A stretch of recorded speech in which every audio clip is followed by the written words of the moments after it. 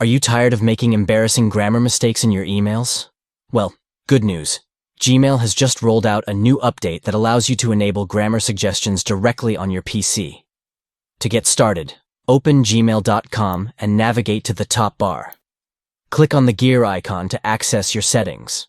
From there, click on Open All Settings to explore the different options available to you. In the General section, look for the Grammar tab. Click on Grammar Suggestions to turn this feature on.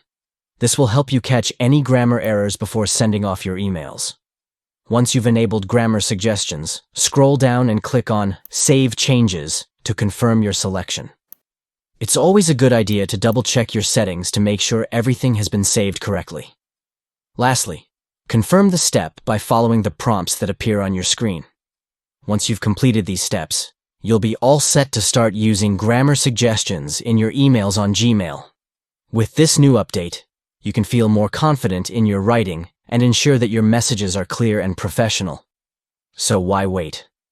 Enable grammar suggestions on Gmail today and start writing with ease.